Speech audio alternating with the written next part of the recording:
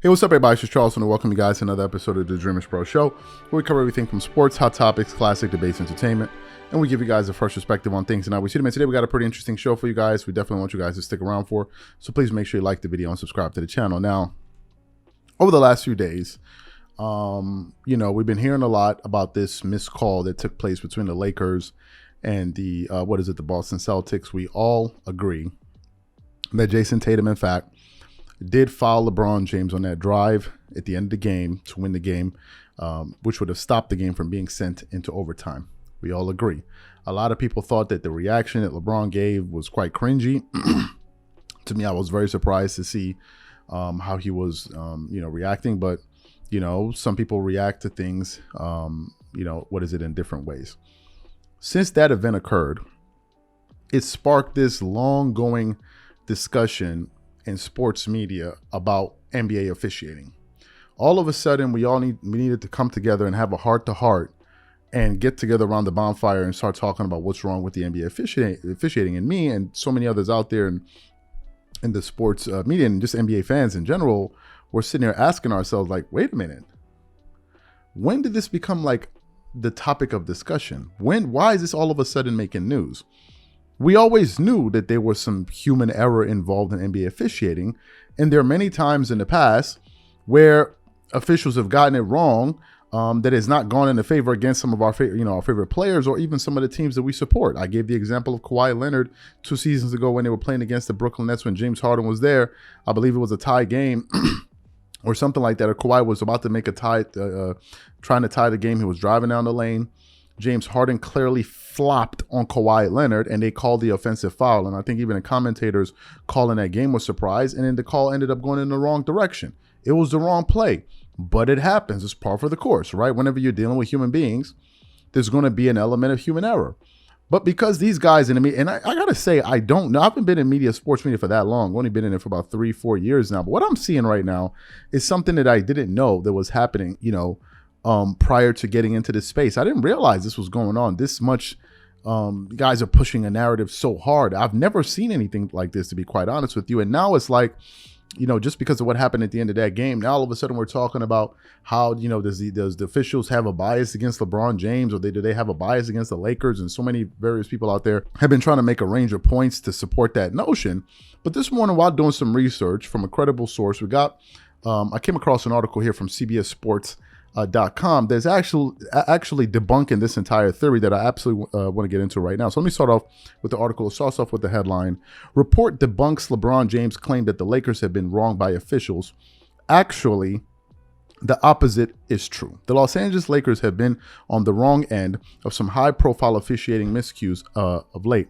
The most recent was LeBron James clearly getting fouled by Jason Tatum on a game-winning layup attempt against the Boston Celtics on Saturday, which the last 2-minute report confirmed the following day, only to have the refs swallow their whistle and allow the game to go into overtime, where the Lakers lost. A few weeks earlier, James was burned by a no call on another potential game-winning layup attempt in a double overtime loss to the Dallas Mavericks. The last 2-minute report confirmed that Christian Wood indeed hacked LeBron with the score tied and the final seconds ticking down at the end of the first overtime. This is why LeBron was so livid after the missed call in Boston. He didn't see it as a one-off. He saw it, and surely continues to see it, as a pattern of Lakers being disproportionately wronged by these late game missed calls. It's been building, James said in his frustration. You guys have seen some of the games we've lost this year and late game missed calls. We had an opportunity to literally win the game. I don't understand what we're doing. I watch basketball every single day. I watch these games every single day, and I don't see it happening to nobody else. It's just weird. It begs the question, is LeBron right? Are the Lakers actually getting burned more than other teams? Ben of Yahoo Sports decided to investigate James' claims by digging into every last 2-minute report issued this season. On a Tuesday, he released his findings. Turns out LeBron is wrong. According to his report, the Lakers have been involved in 34 incorrect calls/non-calls in the last 2 minutes this season, and 21 of them have gone their favor. That's more than 28 other teams. Indeed, only the Mavericks have had more total incorrect whistles go their way with 23. Put it another way.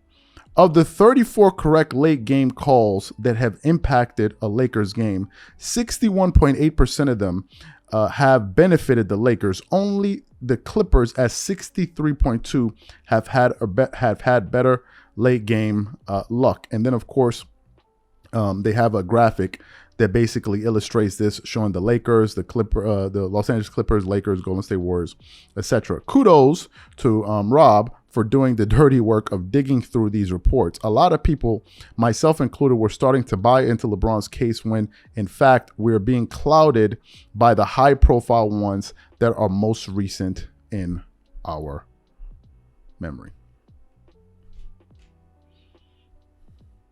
What are we discussing here? What are we discussing? This is, as they say, facts over feelings. They just gave you guys the concrete data. What you just saw is an example of when you don't rely on narratives. If you let other guys, get into their emotions and tell you this and tell you that, all of a sudden people will start believing it. Here's the fact of the matter of why the Lakers are not good this year. Number one, they're not a very good team.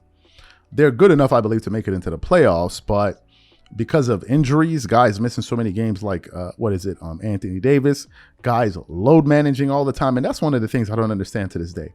People are bemoaning that call that didn't go in LeBron's favor, and they ultimately ended up losing the game, and they would have still remained a 13th seed. Then the very next game, not the next night, the very next game in Brooklyn, LeBron and Anthony Davis sat out that game for rest and ended up losing that game. You make it make sense to me. Is it about wins? I'm confused at this point. So I don't really understand what's going on. They know what's happening. Maybe those guys inside the locker room have a better strategy than I do, but who knows? I'm glad this article came out, though, because it's good sometimes that we get some big companies out there like CBS Sports having the courage to put this information out there, because it seems like ESPN and these guys have really been on a mission to ram these narratives down our throats by hook or crook. They want us to believe it no matter what. I think if the Lakers and some of the players spend less time complaining about the coach, about this, about that, and actually trying to win some games, I think they would be in a better position, right? Like, I've never seen such a concerted effort to basically trying to force one team to win.